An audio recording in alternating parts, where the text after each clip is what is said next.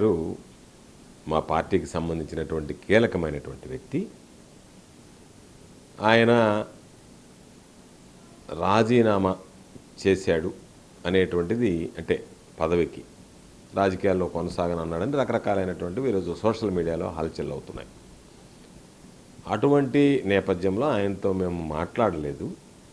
ఏది ఏమైనా వైఎస్ఆర్ కాంగ్రెస్ పార్టీకి కీలకమైనటువంటి వ్యక్తి.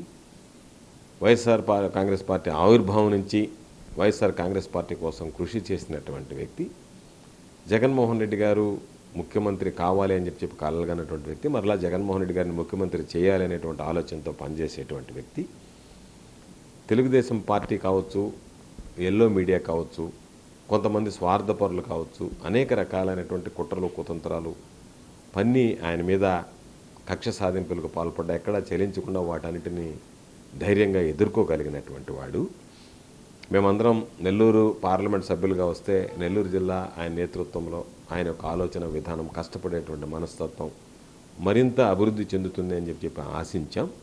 కానీ దురదృష్టం, ఇది నెల్లూరు జిల్లా ప్రజల దురదృష్టం. అటువంటి వ్యక్తి ఆ రోజు పార్లమెంటు సభ్యుడిగా గెలుపొందలేకపోయాడు. కాబట్టి ఏది ఏమైనా సరే ఒకసారి ఆయనకు సంబంధించినటువంటి దాంట్లో పూర్తి వివరాలు తెలియకుండా స్పందించడం సబబుగా ఉండదు. కాబట్టి మరలా చెప్పేటువంటిది, ఆయన వైఎస్ఆర్ కాంగ్రెస్ పార్టీలో అంతర్భాగం, వైఎస్ఆర్ కాంగ్రెస్ పార్టీలో కీలకమైనటువంటి వ్యక్తి, కీలకమైనటువంటి నాయకుడు. తప్పనిసరిగా ఆయన వైఎస్ఆర్ కాంగ్రెస్ పార్టీలో ఆయన ఆలోచనలు, ఆయన సూచనలు, సలహాలు అన్నీ కూడా తీసుకోవడం జరుగుతుంది. వైఎస్ఆర్ కాంగ్రెస్ పార్టీకి సంబంధించి విడదీయరానటువంటి అనుబంధ సంబంధాలు ఉన్నటువంటి వ్యక్తి. కాబట్టి మేమందరం కూడా ఒకవేళ ఆయన ఏదన్నా ఒక ఆలోచన చేసి ఉంటే మాత్రం ఖచ్చితంగా మీరు రాజకీయాల్లో ఉండాల్సిందే, సేవాభావంతో కొనసాగించాలని చెప్పి కూడా కోరడం జరుగుతుంది.